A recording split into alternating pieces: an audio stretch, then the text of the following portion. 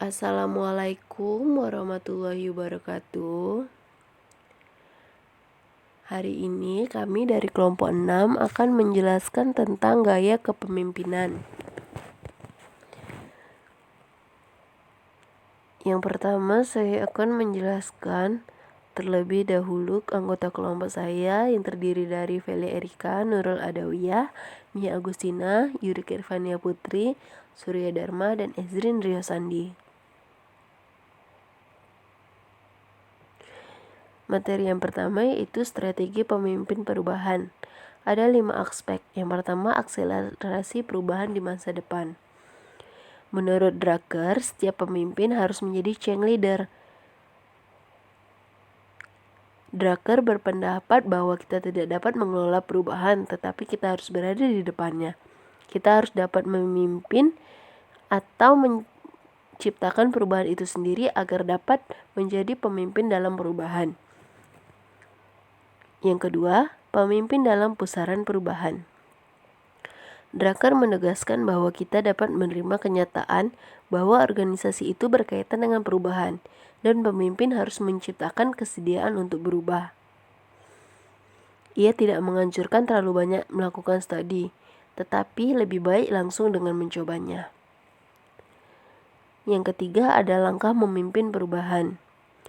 Pemimpin harus mampu mempengaruhi seluruh organisasi dengan pola pikir bahwa perubahan adalah peluang dan bukan hambatan. Di dalam melakukan perubahan, seringkali kita menghadapi kejutan dan tantangan, tetapi hal itu tidak akan terjadi terlalu lama. Oleh karena itu, menjadi pemimpin haruslah siap menghadapi terjadinya kejutan dalam perubahan. Yang keempat, keseimbangan antara perubahan dan kontinuitas.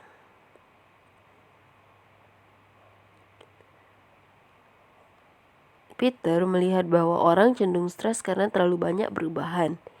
Sebenarnya mereka stres karena tidak mudah untuk mengerjakannya. Drucker menilai bahwa hal tersebut terjadi karena pemimpin tidak pernah berupaya memelihara kontinuitas. Dengan demikian, apabila pemimpin memandang bahwa perubahan yang harus dilakukan bagi organisasi merupakan sebuah kontinuitas, maka tidak akan menimbulkan stres. Yang kelima yaitu meningkatkan kepuasan pekerja. Apabila orang menyenangi pekerjaannya, mereka akan membuat inovasi dan berani mengambil resiko. Mereka saling percaya satu sama lain dan mereka mempunyai komitmen terhadap apa yang dikerjakannya. Orang-orang yang senang dengan pekerjaannya merupakan indikasi adanya kepuasan kerja. Drucker memperhatikan bahwa orang yang sudah pensiun cepat memburuk keadaannya. Pekerjaan merupakan dimensi dari makhluk hidup, dan orang berprestasi karena menyenangi pekerjaannya.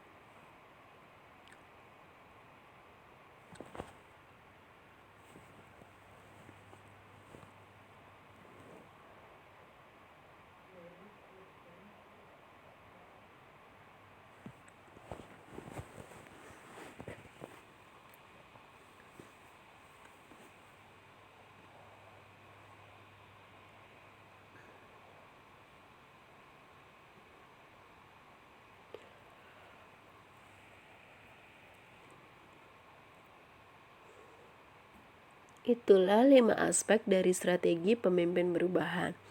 Selanjutnya, memimpin sebuah strategi ada 4 hal yang harus kita perhatikan. Yang pertama yaitu tantangan. Manusia pada dasarnya tidak mudah percaya dengan hal-hal baru sampai dia mempunyai permasalahan tersendiri tentang hal tersebut.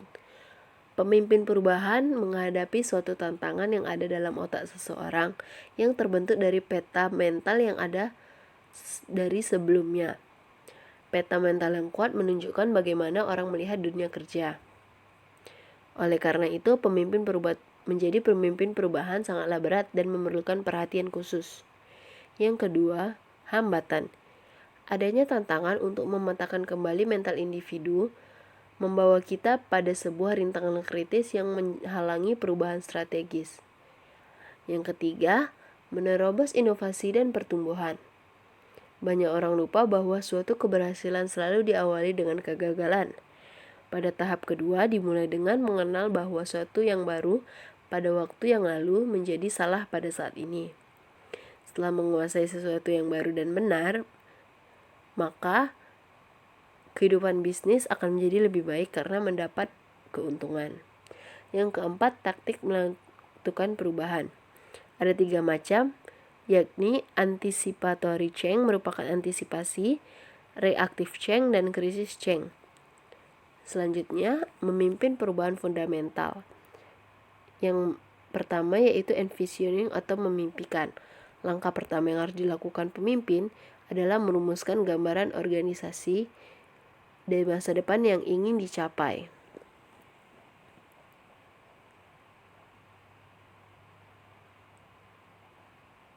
Yang kedua yaitu activing atau mengaktifkan.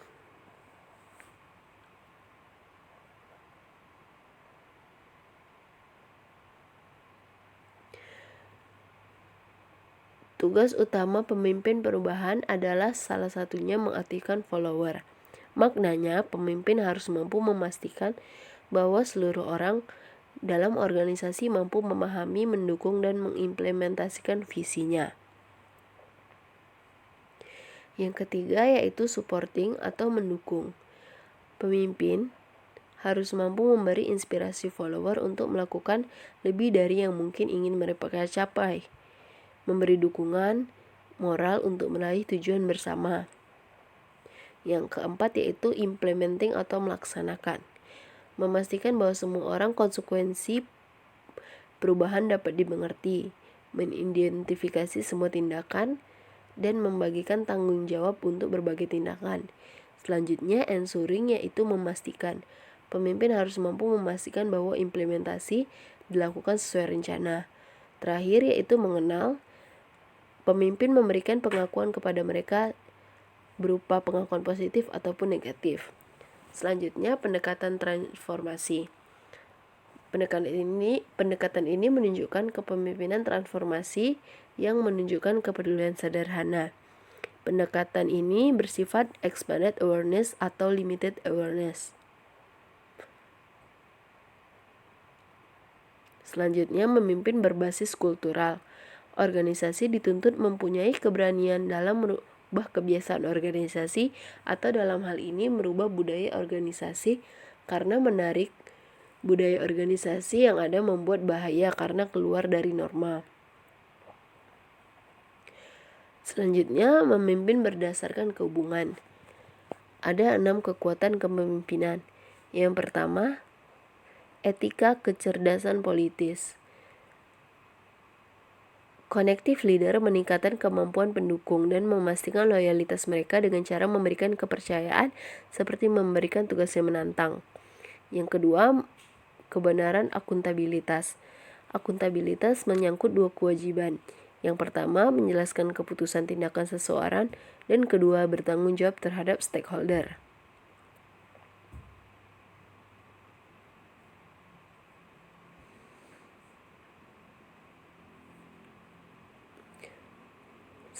Selanjutnya ada politik kebersamaan.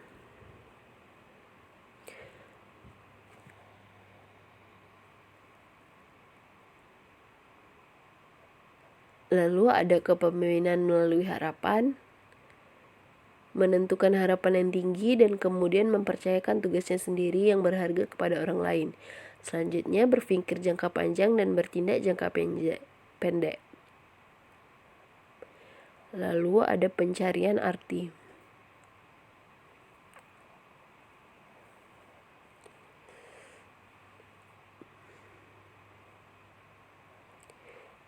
Ada 3 gaya kepemimpinan perubahan. Yang pertama, controlling change leader. Cenderung menggunakan perangkat manajemen proyek untuk mendesain proses perubahan menurut metodologi yang berurutan. Yang kedua, facilitating change leader style, yaitu menggunakan model proses perubahan lebih dulu kemudian proses fasilitasi. Yang ketiga, self-organizing leader style. Selanjutnya ada penyakit kepemimpinan. Pemimpin tidak mendengarkan, pemimpin tidak memperhatikan apa yang dikatakan, pemimpin tidak gagal menciptakan arah, pemimpin yang puas dengan dirinya, dan pemimpin yang mendemoralisasi orang. Kesalahan yang harus dihindari dari pemimpin yaitu jangan memaksakan solusi, jangan mempertaruhkan solusi, jangan menempatkan tanggung jawab perubahan pada human research, jangan mengadakan masalah teknis, jangan berusaha mengubah semua hak dengan segera. Peran kepemimpinan ada 4, yaitu pemimpin harus mampu memiliki kredibilitas dan reputasi yang hebat agar ia mampu memberikan inspirasi dan motivasi kepada setiap orang. Yang kedua, pemimpin harus bisa membangkitkan semangat perubahan dari setiap orang dalam organisasi untuk menyesuaikan diri dengan lebih cepat.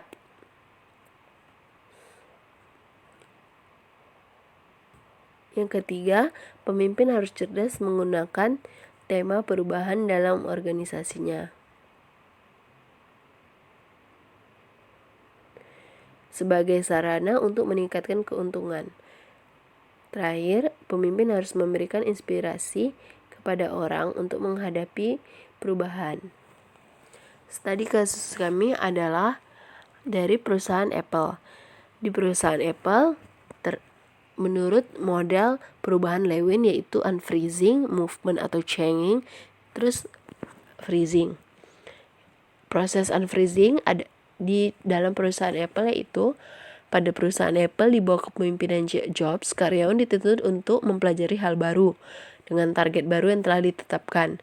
Steve Jobs merupakan pemimpin yang suka memaksakan perubahan dengan gaya kepemimpinan yang keras demi kesempurnaan produk Apple. Lalu movement atau changing atau proses perubahannya yaitu sikap pemimpin yang dimiliki Jobs mampu memotivasi dan membuat para karyawan melakukan apa yang telah dikatakan olehnya, yaitu membuat produk Apple yang sempurna. Dan yang ketiga, rephrasing yaitu pembukaan kembali. Apple membuktikan dengan keberhasilan Jobs dalam memimpin perubahan, terbukti dengan kesuksesan dari perusahaan Apple yang telah diraih saat ini. Sebagai seorang pemimpin, Jobs dapat menjadi problem solver bagi perusahaan karena ia terbukti dapat memecahkan masalah dan menyelesaikan masalah yang terjadi setelah peninggalan selama 12 tahun Apple. Terima kasih teman-teman. Wassalamualaikum warahmatullahi wabarakatuh.